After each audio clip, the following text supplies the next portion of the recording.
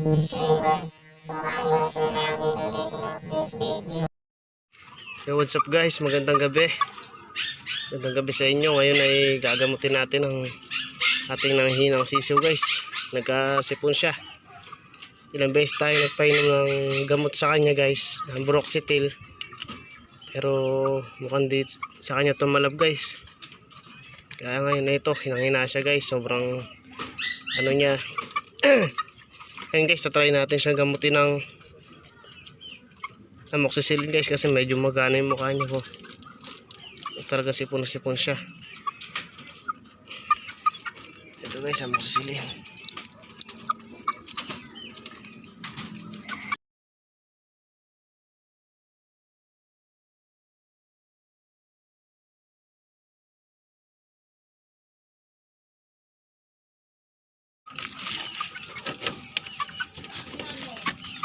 Sana gumaling siya guys.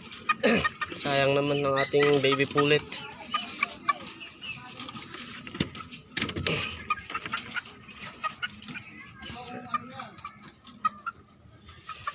Ayan guys ah.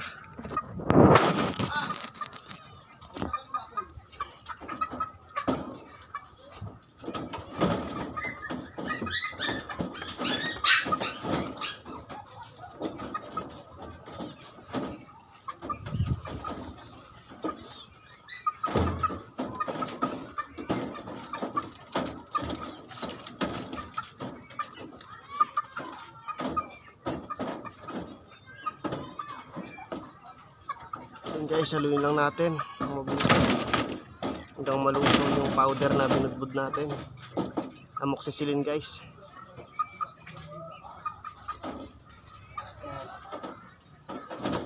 Kunin natin ang ating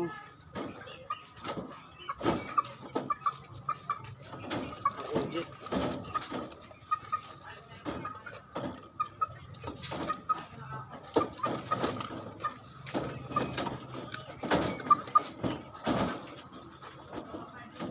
Dagdagan natin yung tubig guys kasi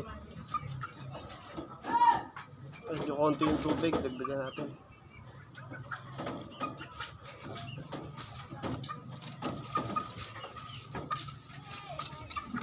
Bago natin siya bigyan ng gamot guys, hilamusan muna natin siya kasi medyo madumi yung mukha niya.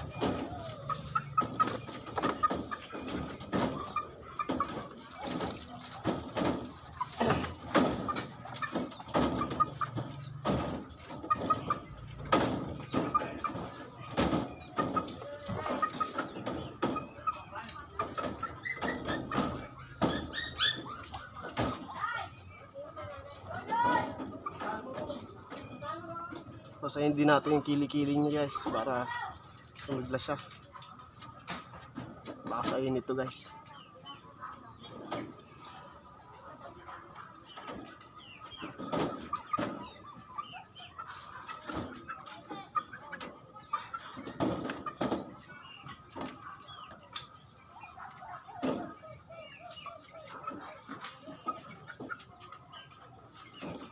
Guys, nahilamusan na natin siya. Guys, nakapikit na lang siya guys. So, sana mapagaling natin siya guys. Update ko kayo bukas kung ano lagay niya guys.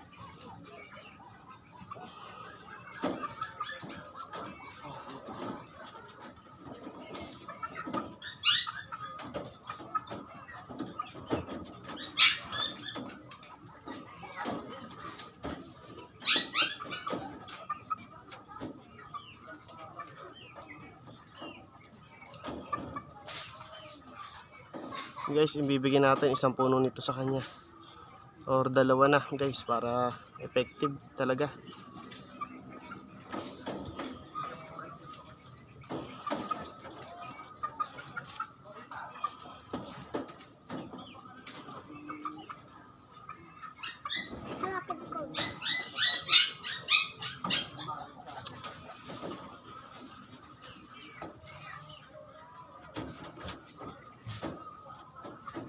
Unti-unti lang guys para hindi siya mabigla.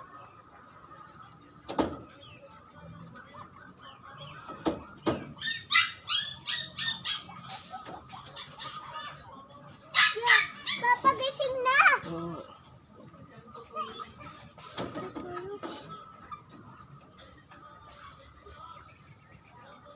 guys, lagyan pa natin ng isa.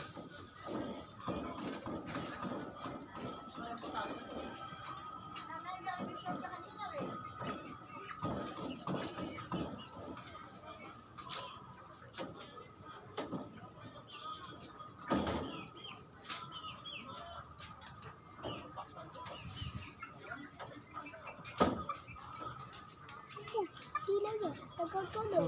No. Ata nagagalaw tila niya. Yan guys, sana maging okay na siya.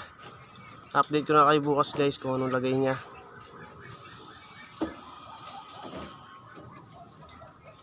Ganito na lamang guys. Maraming salamat sa mga nanood. No animals were harmed in the making of this video. Ginagamot lang po natin siya guys. Bukas na lang guys, update ko po kayo kung anong lagay niya. Kung effective ba ang ating pagpapainom ng amoxicillin sa kanya guys. Bye guys. Yo, what's up guys? Ngayon ay update ko po kayo sa ating ginamot kagabi na sisiw. Ngayon guys, wala na. Nag-failed po yung paggagamot natin sa kanya kagabi dahil nawala na po siya guys. Hindi na bumigay na po yung katawan niya. Siguro guys sa sobrang init sa sipon niya. Ginawa naman natin guys lahat, pero wala ganun talaga yung nawala pa rin siya guys. Nabawasan tuloy ating baby pullet. Bali 3 na lang sila na baby pullet ngayon sa atin. Itong isa, tapos yung 2 na kasama niya doon sa kulungan. Ito guys.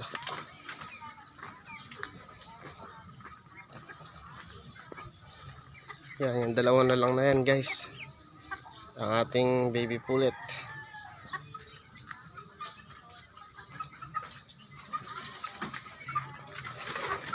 Tapos itong kanawayo na lang. Guys, ganun talaga. Hindi maiwasan sa atin na malagasan ng alaga. Ginawa naman natin lahat guys. Hindi tayo nagkulang sa pagbibigay ng gamot. Sa panahon lang talaga guys, kaya nangyari yun siguro. Yun guys, bali hanggang dito na lamang guys. Sin-update ko lang ko kayo. Maraming salamat sa sumusuporta sa ating video, sa ating vlog.